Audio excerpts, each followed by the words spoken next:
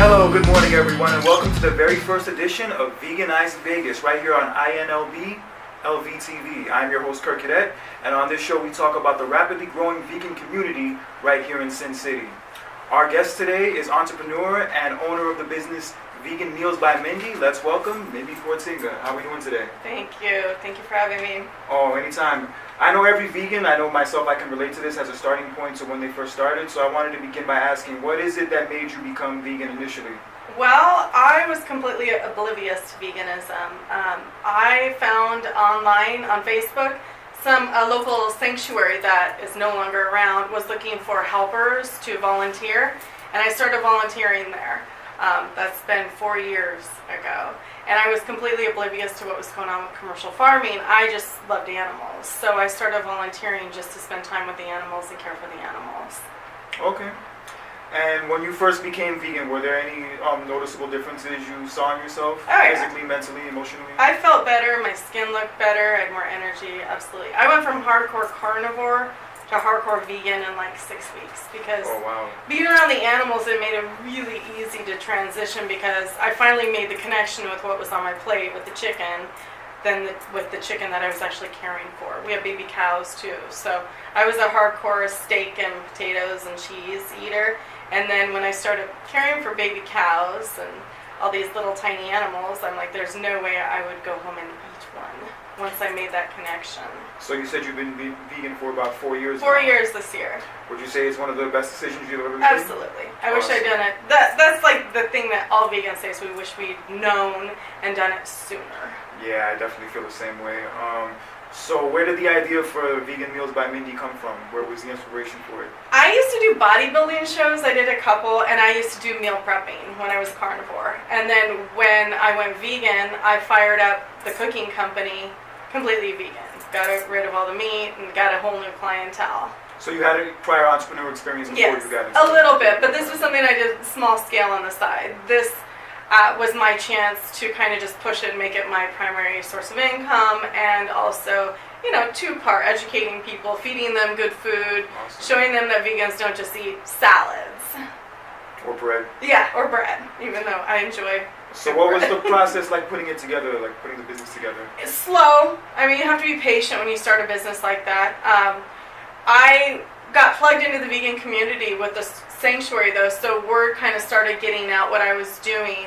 And I was lucky that the sanctuary helped fund my business, helped bring the people to me. All right, and when did the business officially launch? Oh gosh, this year it was 4 years. So right after you became vegan? Yeah, I was vegan within like 6 weeks of working maybe 8 weeks working at the sanctuary. Started my business about 3 months after that. So everything happened in succession, quickly. Wow. And at what point did you know that your business was going to be a success and that it was going to be around for a while? Probably the second year. I mean, like the first time I ever cooked for it, I had 15 meals. Now I'm doing 200 plus meals every week, and we shot up to 300 meals too, which it's only going to grow. Veganism isn't going anywhere. It is going to continue to grow with the education of what's going on with health, environmental, and commercial farming. It's just an awareness that people are finally having.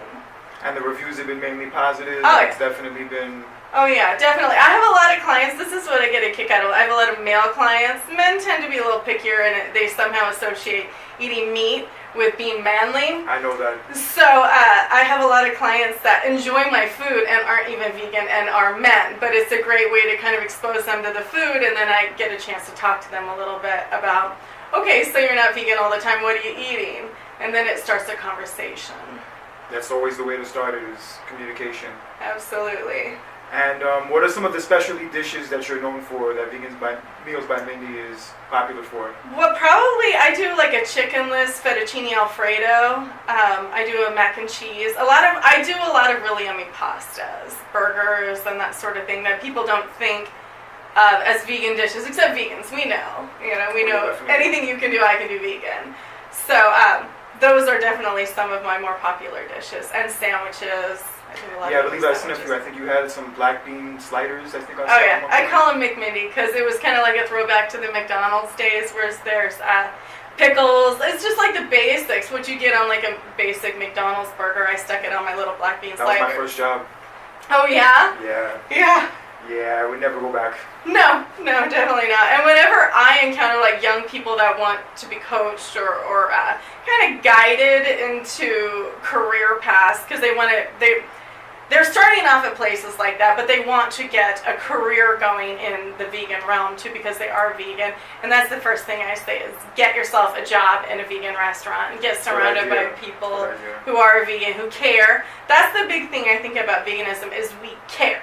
We give a shit. It's not like for me, for example, I don't want to just have a business. I'm not just like all about money. I compost every week. I recycle. I donate my food to Food Not Bombs, which is a great organization that takes your extra produce and makes it into food, which is vegan or vegetarian, and then they feed the homeless with it. Good. And at the end of every cooking session, I give all my excess food to my staff, because the amount of waste generated by restaurants and businesses that are food, I know.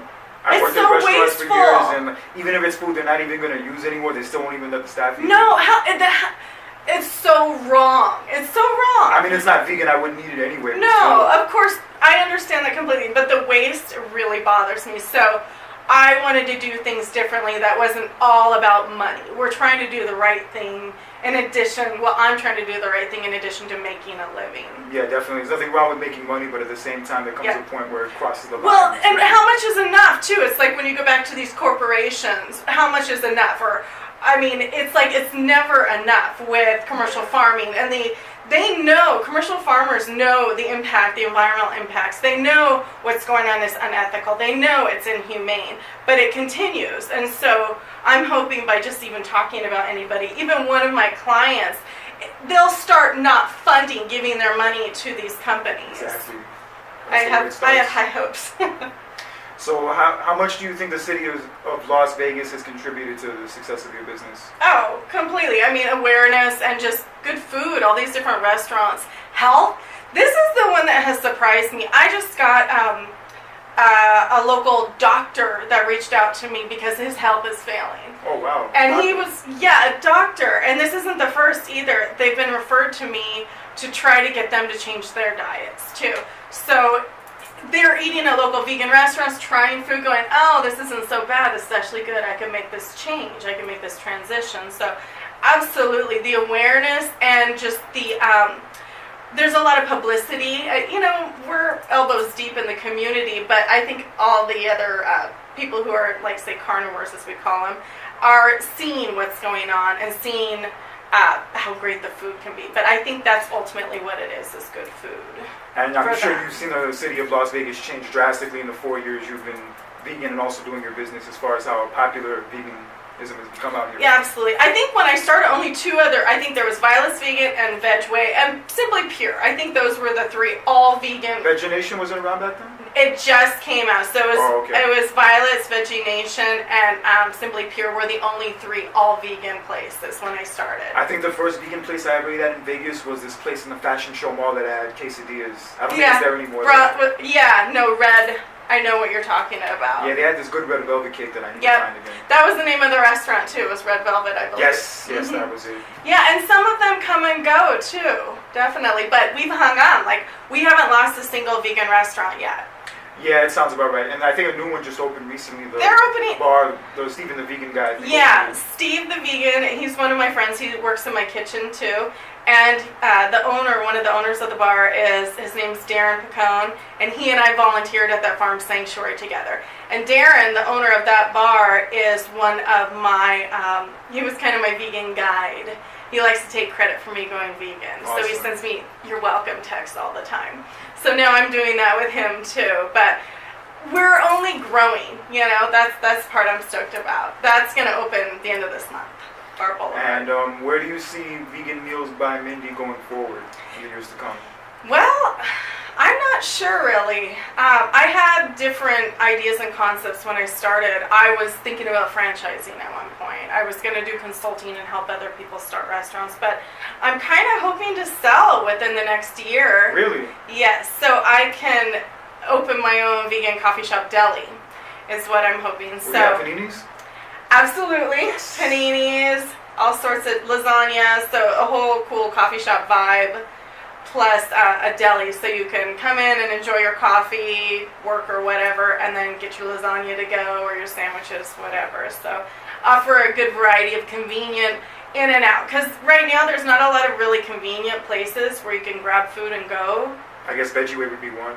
Yeah, there's one, definitely. There are some, but there's not a lot, and I like to give another option. Yeah, that would definitely be a big help, especially for college kids. Oh yeah, for sure. Something in their price point. All right, so what's the specialty dish on Vegan Meals by Mindy this week? Oh, hard to say. I'm doing a new one, a cheesy stuffed shells with marinara sauce. That one I know is going to be very popular. Sounds amazing. Yeah. All right, and would you like to tell the viewers where they can find Vegan Meals by Mindy and when they can get into contact with you? Sure. It's www.veganmealsbymindy.com. You can always call me, text me. I know the younger generation likes to text, so you can actually text the chef directly, any questions. And then you can always email me too. There's tons of different options, ways of getting in contact with me. Awesome. Well, Mindy, thank you for your time. And this is Kirk Yedder for the first edition of Veganized Vegas, where I just want to say, damn, we love being vegan. See you next time.